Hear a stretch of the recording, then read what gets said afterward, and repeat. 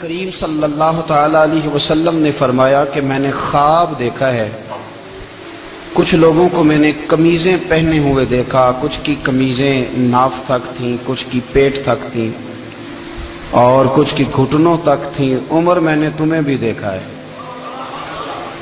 تمہاری قمیض تو پیروں سے ٹکرا رہی تھی۔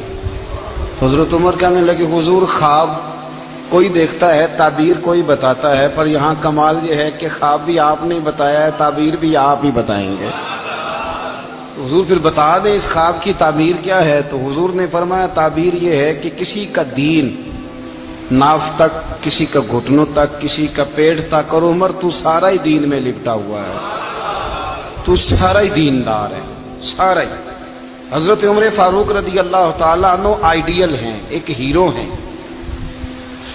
ان کی زندگی کے درجنوں پہلو ہیں، ہر سال ہم ایک پہلو بیان کر دیتے ہیں، کبھی عدل و انصاف پہ بات کر لیتے ہیں، کبھی نظام حکومت پر۔ ان کی زندگی کا ایک پہلو آج بھی ہماری گفتگو کا عنوان رہے گا، پر حضرت عمر کا مرتبہ اور مقام یہ ہے کہ نبی کریم علیہ السلام نے فرمایا کہ جبریل امین 950 سال میرے عمر کی شان بیان کرے تو عمر کی شان ختم نہیں ہوتی۔ 950 سال اگر حضرت جبریل بھی بیان کریں تو یہ مقام ہے سیدنا فاروق اعظم کا۔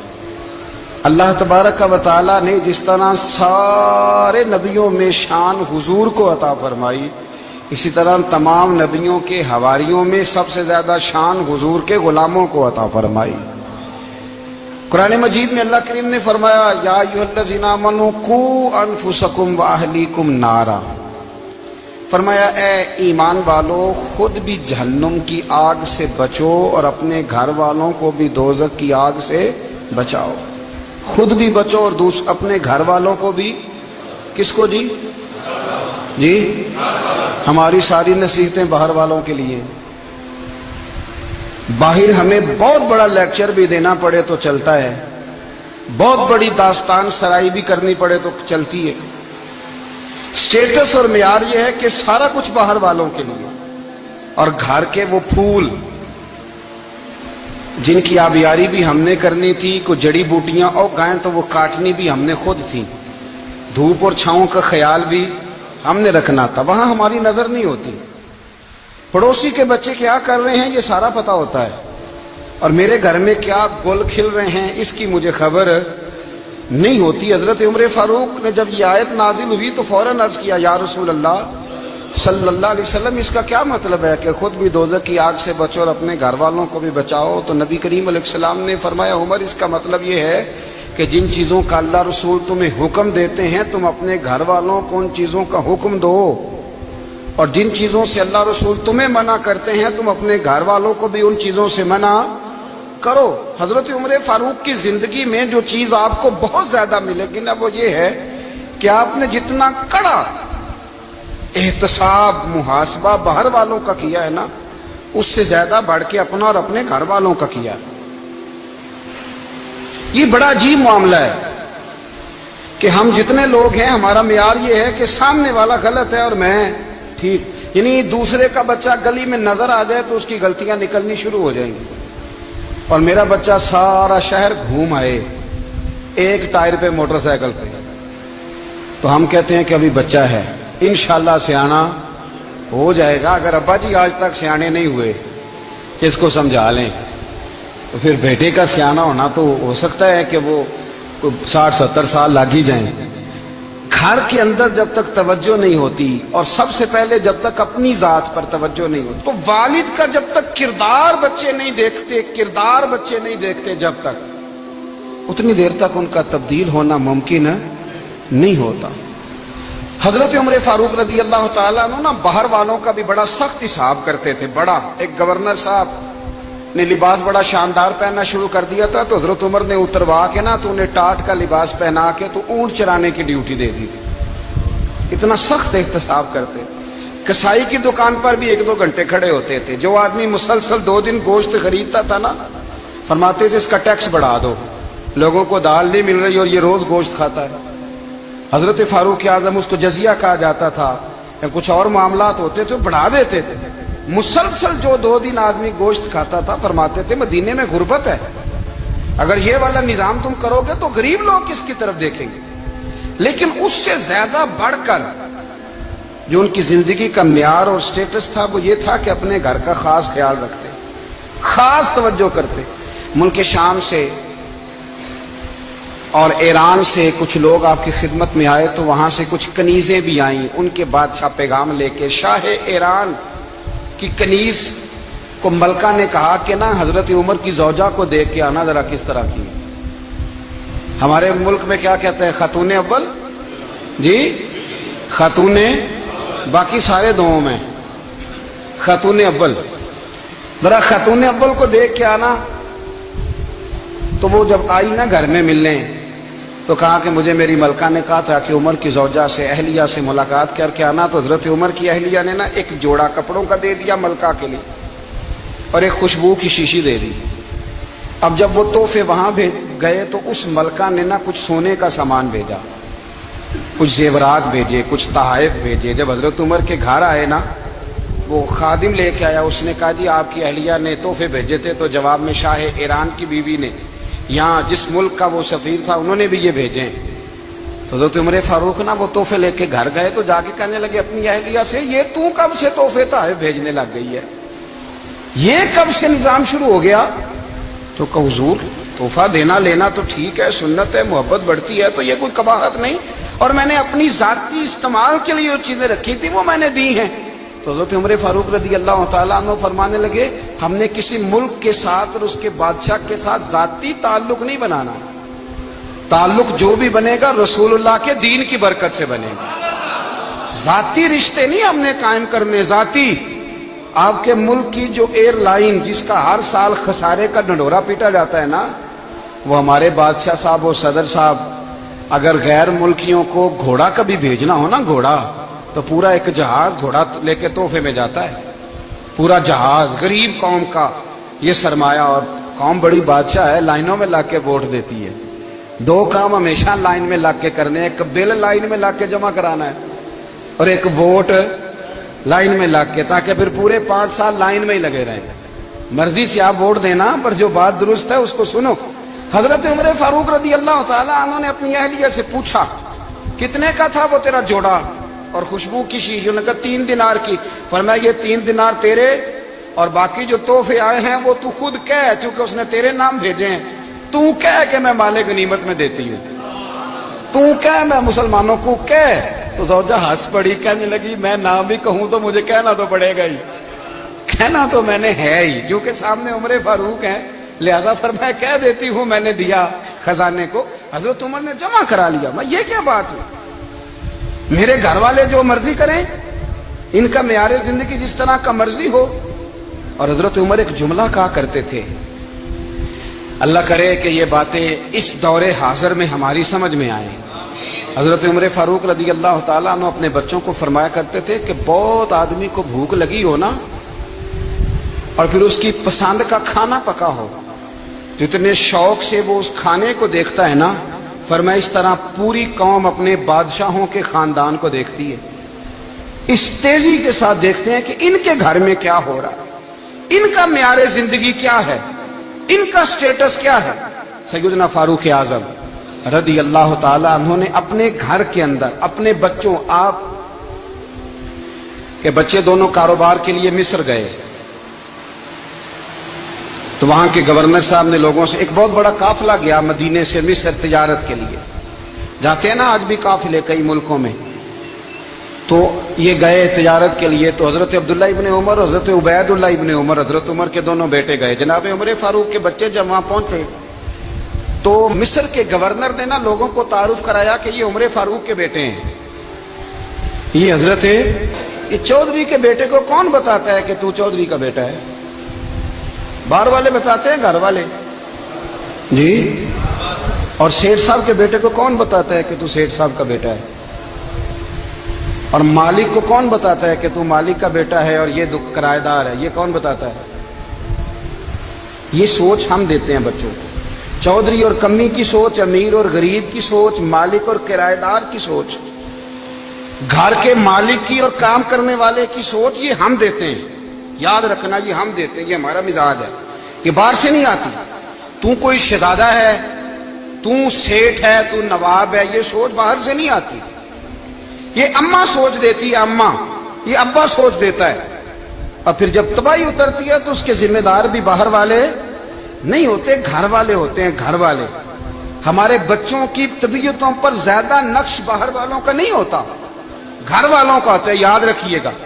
حضرت عمر فاروق رضی اللہ، بچے ہیں، شہزادے ہیں، وہ کاروبار کرنے گئے اور وہاں لوگوں نے بتایا گورنر صاحب نے کہ یہ فاروق اعظم کے بچے امیر المومنین کے۔ لوگوں نے ان سے زیادہ مال خریدا، تجارت میں زیادہ نفع ہوا، ظاہر ہے کہ وہ آپ کے جو اللہ خیر کرے حکمران ہیں، ان کے کاروبار کتنے ملکوں میں ہیں، کس بنیاد پر ہیں؟ وہ صرف اس بنیاد پر کہ وہ حکمران رہے، ان کے لیے آسان تھا بڑے لوگوں سے تعلقات بنانا۔ حضرت عمر فاروق رضی اللہ تعالیٰ عنہ کے بچے ڈھیروں مال کما کے جب واپس آئے نا، تو حضرت عمر سے آ کے بچوں نے بطور محبت کا، ابا جی اللہ نے بڑا ہی فضل کیا ہے، بڑا مال کمایا الحمدللہ، یہ دیکھیں کتنا نوازا ہے۔ تو حضرت عمر کہنے لگے سارے قافلے نے اتنا ہی کمایا ہے؟ سارے قافلے نے اتنا ہی کمایا ہے؟ کہ حضور نہیں، سارے قافلے نے اتنا نہیں کمایا، سب کو اتنا نہیں ملا۔ وہ تو وہاں گورنر صاحب نے لوگوں کو تعارف کرایا تھا کہ یہ عمر کے بچے ہیں، تو لوگوں نے پھر ہم سے بڑا ہی خریدا۔ تو حضرت عمر فرمانے لگے ٹھیک ہو گیا، میں بات سمجھ گیا، اس طرح کرو، جو تمہاری اصل زر تھی نا، جو راز تھی، وہ رکھ لو اور باقی سارا مال مال خزانہ میں جمع کرا دو، اس لیے کہ یہ تم نے تجارت نہیں کی، یہ تم نے اپنے باپ کا نام بیچا ہے، یہ تم نے امیر المومنین کے بیٹے ہونے کا فائدہ اٹھایا ہے۔ فرمایا یہ تمہارا نہیں حق، یہ مسلمانوں کا ہے، اس لیے کہ یہ مال تم نے محنت سے نہیں کمایا، یہ باپ کی کرسی کا فائدہ اٹھایا ہے۔ اور فرمایا اگر تم نے مال جمع نہ کرایا تو میں مال بھی لے لوں گا زبردستی اور کوڑے بھی ماروں گا، ڈبل سزا دوں گا، مرضی سے جمع کراؤ گے تو کوڑوں سے بچ جاؤ گے۔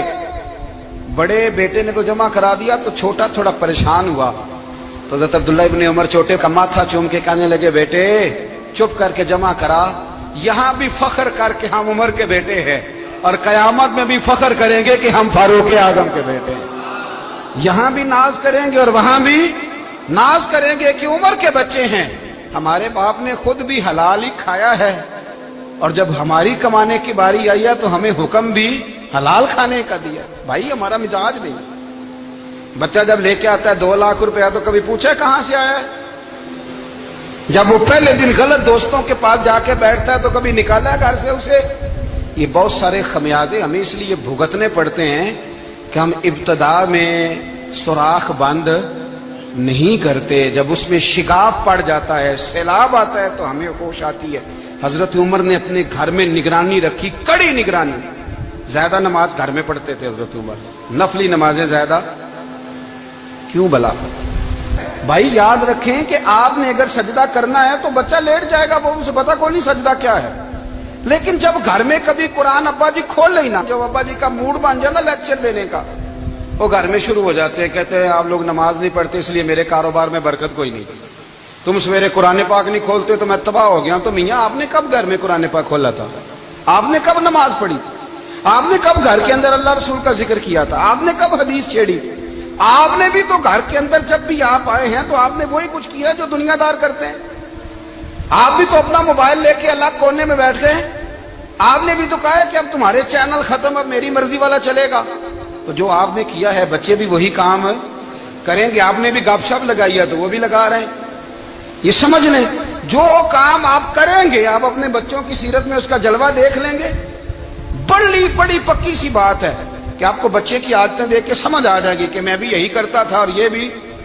حضرت عمر فاروق رضی اللہ تعالیٰ عنہ وصال فرما گئے، تو آپ کے وصال کے بعد حضرت عثمان غنی رضی اللہ تعالیٰ عنہ نے آپ کی ایک بیوہ سے نکاح کیا، حضرت عمر کی ایک بیوہ سے۔ جب وہ آپ کے نکاح میں آئی تو کہنے لگی حضرت عثمان غنی سے کہ حضور نہ تو میں خوبصورت ہوں اور نہ میں جوان ہوں، نہ آپ کی کوئی خدمت کر سکتی ہوں، میرے ساتھ نکاح کرنا سمجھ میں نہیں آیا۔ کیا شاندار جواب دیا حضرت عثمان غنی نے، کیا خوبصورت جواب دیا۔ فرمانے لگے میں نے اس لیے نکاح نہیں کیا کہ مجھے تمہارے حسن سے دلچسپی تھی یا تمہاری خدمت کی ضرورت تھی، میں نے تو اس لیے نکاح کیا ہے کہ مجھے بتاؤ عمر فاروق گھر کے اندر اپنے رب کی عبادت کس طرح کرتے تھے۔ وہ قرآن پاک کس طرح پڑھتے تھے، وہ رویا کیسے کرتے تھے، استغفار کا طریقہ کیا، کس وقت کس انداز میں وہ اپنے رب کو یاد کرتے تھے.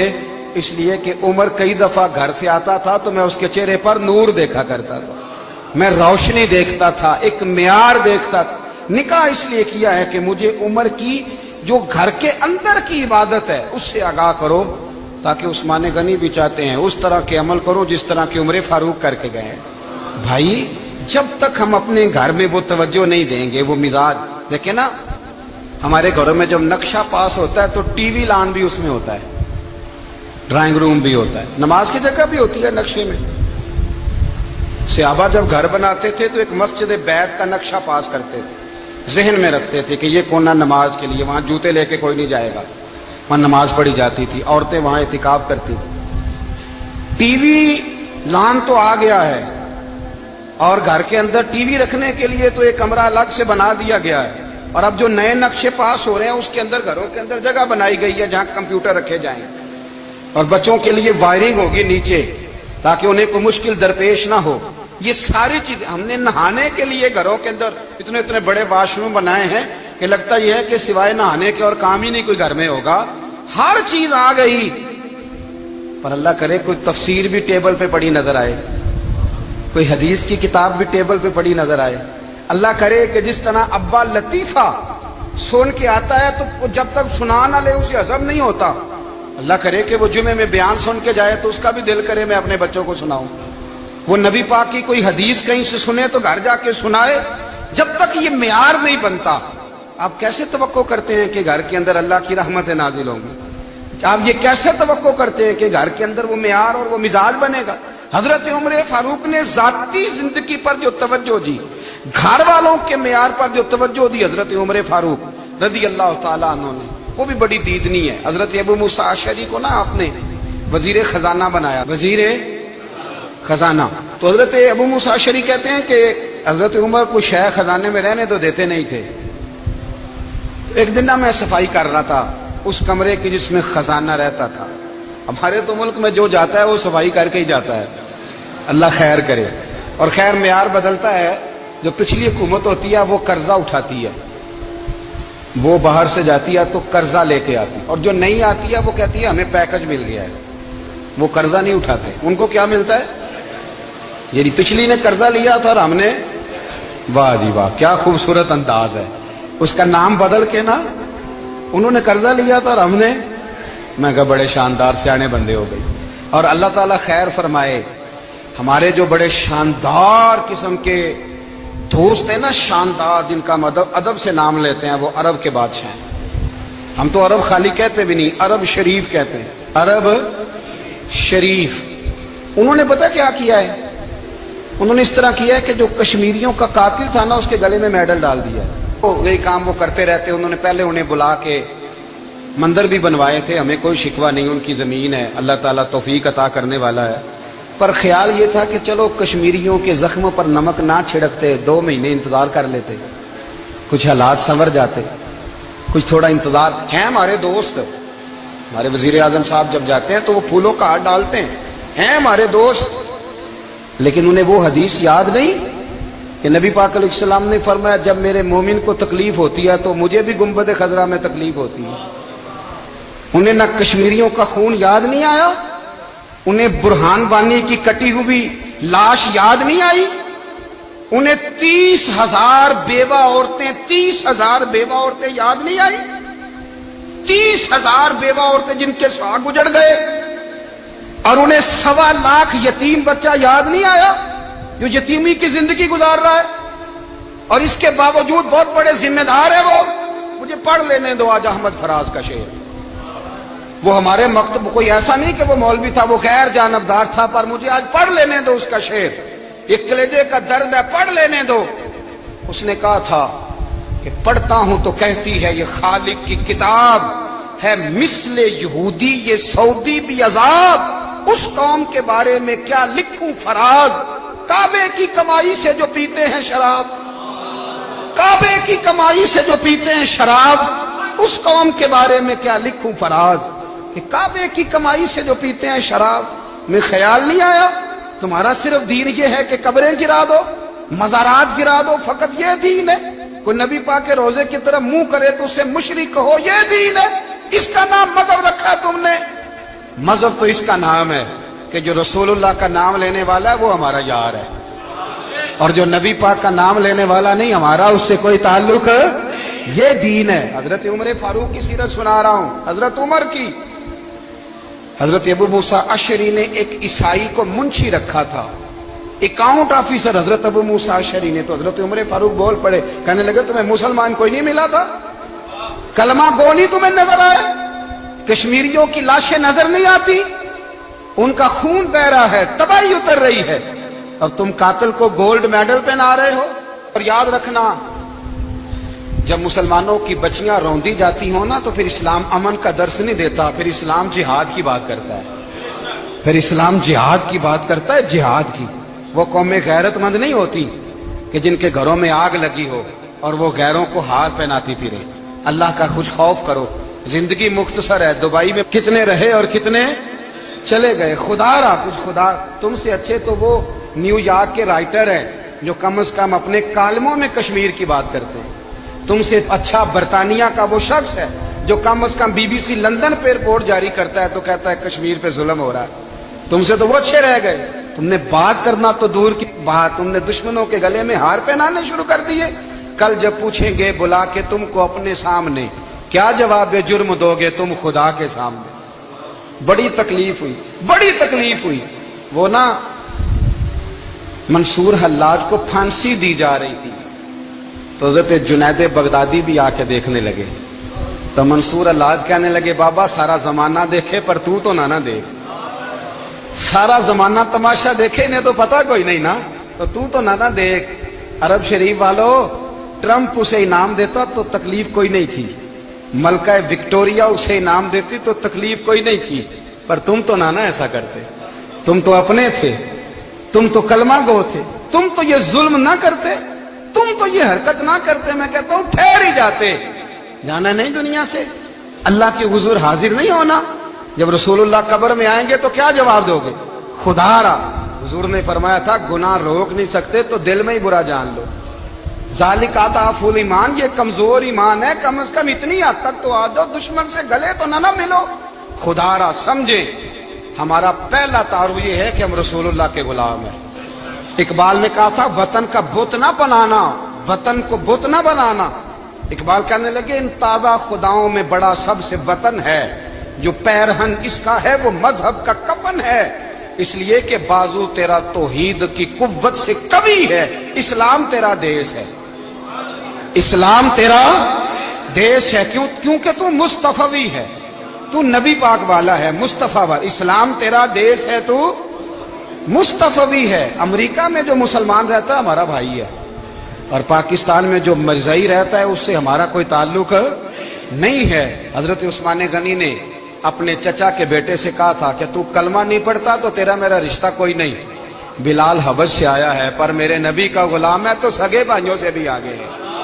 ہزاروں قومیں وجود میں آئیں دہر میں خوش کو تر کے رشتے سے، پر ہم نے بنیاد دوستی رکھی یاد خیر البشر کے رشتے سے۔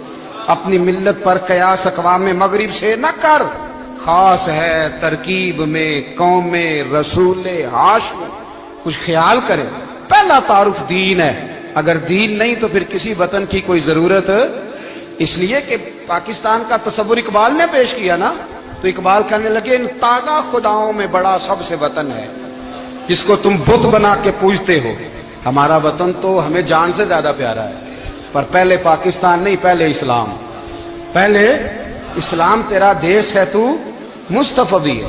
تو آمدہ برسر مطلب حضرت عمر فاروق رضی اللہ تعالی عنہ، حضرت سیدنا ابو موسیٰ اشعری کہتے ہیں کہ میں نے نا صفائی کی، مال غنیمت کی میں نے صفائی کی، تو ایک دینار مجھے نا کہیں پڑا ہوا مل گیا، تو فرماتے ہمیں اجازت ہوتی تھی کہ ایک آدھ دینار ہم اپنی مرضی سے کہیں خرچ کر سکتے۔ تو حضرت عمر کے بیٹا گزر رہا تھا تو حضرت ابو موسیٰ اشعری کہتے ہیں میں نے صفائی کی تو ایک دینار نکلا، تو میں نے وہ ایک دینار نا حضرت عمر کے بیٹے کو دے دیا۔ میں نے کہا لو بیٹا اپنے چچا کی طرف سے تحفہ۔ تو گھر جا کے انہوں نے حضرت عمر کو بتایا کہ چچا نے پیسے دیے ہیں، چھوٹے بچے تھے، حضرت عمر نے حضرت ابو موسیٰ اشعری کو بلا لیا اور بلا کے فرمانے لگے میں تو تمہیں اپنا دوست جانتا تھا اور تو نے میری اولاد کو ہی دنیا دار بنانا شروع کر دیا، میرے بچوں کو ہی تم نے دنیا دار پیسوں پہ لگانا شروع کر دیا، میں تو تمہیں یار سمجھتا تھا۔ فرمایا تمہیں چاہیے تھا میرے بیٹے کو نصیحت کرتے کہ بیٹا پیسوں سے رب راضی نہیں ہوتا، اس کی رضا والے کام کیے جائیں تو رب راضی ہوتا ہے۔ اور فرمایا تمہیں کوئی اور گھر نہیں ملا تھا تباہ کرنے کے لیے، میرا ہی گھر ملا تھا، اٹھاؤ اپنا دینار اور خبردار آج کے بعد میرے بچوں کے ساتھ یہ والی نیکی نہ کرنا۔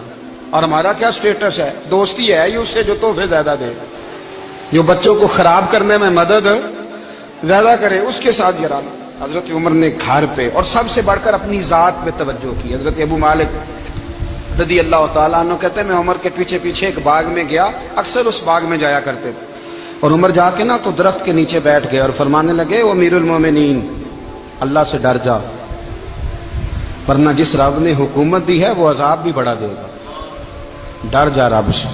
کبھی ساری زندگی حضرت عمر نے اپنا کوئی تعارف نہیں کرایا، کبھی نہیں۔ ایک بندے نے آپ کے سامنے تعریف کر دی آپ کی تو فرمانے لگے تو خود بھی ہلاک ہوا اور مجھے بھی ہلاک کر دیا، کیا ضرورت پڑی ہے میری تعریفیں کرنے کی؟ اتنی دیر میری تعریف میں لگائی، اللہ کا ذکر کرتا رب تجھے ثواب دیتا، حضور پہ درود پڑھتا تو رب تیرے اوپر رحمتیں نازل کرتا، کس چکر میں؟ آج جتنا اچھی کوئی خوشامد کرے اتنی اچھی وزارت ملتی ہے، جتنی اچھی اس کو جو ہے وہ چاپلوسی کرنی آیا درجہ بھی اسے اتنا ہی اچھا ملتا ہے۔ حضرت عمر فاروق رضی اللہ تعالیٰ عنہ آپ کے بیٹے کہتے ہیں، صاحب فتوح الشام نے لکھا ہے، آپ کے صاحبزادے کہتے ہیں میں نکلا تو میرے ابا جی نا اپنی پشت پر مشکیزہ رکھ کے کنویں سے پانی بھر کے آ رہے، میں دوڑ کے آگے گیا، میں نے کہا ابا جی مجھے دے دے۔ فرمانے لگے بیٹا تیرا کیا خیال ہے، کوئی اور نہیں تھا مشکیزہ بھر کے لانے کے لیے، تیرا کیا خیال ہے؟ کہا ابا جی بڑے لوگ تھے پر آپ کیوں اٹھا رہے ہیں؟ فرمانے لگے نفس نا ذرا میرا بڑا ہو گیا تھا، اسے ذرا ذلیل کر رہا ہوں، ذرا اپنا محاسبہ کر رہا ہوں، یہ مجھے کہہ رہا تھا تو بڑی چیز ہے، تو میں نا ابھی مشکیزہ گھر رکھ کے آؤں گا، پھر تیری ماں نے مجھے کہا ہے کہ گھر میں لکڑیاں کوئی نہیں جلانے کے لیے، پھر میں جنگل سے لکڑیاں کاٹ کے لاؤں گا۔ اب میں امیر المومنین بن کے نا تو میرا نفس تھوڑا بڑا ہو گیا۔ اب یقین کریں ہمارا آزما خراب ہو جاتا ہے جب تک ہمارا تعارف صحیح نہ ہو، ہمارا تعارف ٹھیک نہ ہو، میں یہ ہوتا ہوں میں وہ ہوتا ہوں، چھوڑ مٹی دیں تے مٹی رہنا ہی، مٹی دیں تے مٹی دیں تے مٹی رہنا ہی، ایویں کادی بلے بلے اج مٹی دے اتے بندیا تے کل مٹی دے تھلے، مٹی دیں تے مٹی رہنا ہی، کادی بلے، مجھے پوچھ لو مجھے جان لو میرا نام لے لو، میں بھی آیا ہوں، میں بھی ہوتا ہوں، میرا بھی یہ تذکرہ ہے، میں بدکار پرانا خادم کسے در ملی نہ ٹھوئی، اے تے واصف یار نے نظر جو کی تھی تے واصف واصف ہی ہوئی۔ یہ تو بڑی بات کی بات ہے، تو بات کی بات ہے صاحب، ورنہ من نانم کے من نانم، جو ہم ہیں اس کا ہمیں پتا تو ہے نا بھائی۔ کبھی بھی یہ جو ذات کا چکر ہے نا میں بھی ہوں مجھے بھی، او بھائی یاد رکھو میں کون ہوں، یہ جو نام نمود اور یہ خواہشیں اور یہ جو وقار، یہ تو کمزور لوگوں کا طریقہ ہے، جس کو اپنا تعارف کرانا پڑ گیا اس سے بھی زیادہ کمزور کوئی ہے، فوٹو میں دکھاتا پھرتا ہے فلانے کے ساتھ فوٹو فلانے، تو کمزور بندہ یہ کام کرتا۔ حضرت عمر فاروق اللہ اکبر، حضرت عمر جیسا بندہ 24 لاکھ مربع میل کا حکمران، اور شاہ روم کو خط لکھ کے کہتا ہے میں منت نہیں کرتا میں حکم دیتا ہوں، اتنا تگڑا بندہ۔ جنگ قادسیہ کے لیے حضرت سعد بن ابی وقاص کو بھیجا، فتوح الشام پڑھ کے دیکھیں۔ حضرت عمر بڑے پریشان ہیں، اتنے دن ہو گئے کوئی رپورٹ ہی نہیں آئی، اب تو موبائل ہے نا تو ایک منٹ کی رپورٹ لیں آپ، بلکہ آپ ایک منٹ کی فوٹو لیں، آپ رپورٹ تو دور رہ گئی۔ حضرت عمر فاروق رضی اللہ تعالیٰ عنہ بڑے پریشان ہیں کہ قادسیہ میں حضرت سعد بن ابی وقاص کے ساتھ لوگ جہاد کرنے گئے، رپورٹ کوئی نہیں آ رہی، اتنے پریشان تھے کہ باہر نکل کے نا اس رستے پہ بیٹھ جاتے جو رستہ قادسیہ کی طرف سے آتا تھا، اس جو بھی آتا جاتا پوچھتے جنگ کے کیا حالات ہیں۔ ادھر جب اللہ نے فتح دے دی نا تو حضرت سعد بن ابی وقاص رضی اللہ تعالیٰ عنہ نے ایک قاصد کو خط دے کے بھیجا، کہنے لگے عمر کے پاس جاؤ، انہیں اطلاع دو کہ الحمدللہ اللہ نے اسلام کو فتح عطا کر دی۔ یہ حضرت عمر کو جا کے دینا، وہ بڑے پریشان ہوں گے۔ وہ جو اس زمانے میں اس طرح ہوتا تھا کہ کئی دور دور سے صحابہ جو دوسرے شہروں کے ملکوں کے رہنے والے ہوتے تھے وہ بھی آ کے شامل ہو جاتے تھے جہاد میں، کوئی ایک دفعہ مدینے آیا، کوئی 2 دفعہ آیا، پھر اپنے اپنے علاقوں میں بہت سارے لوگوں نے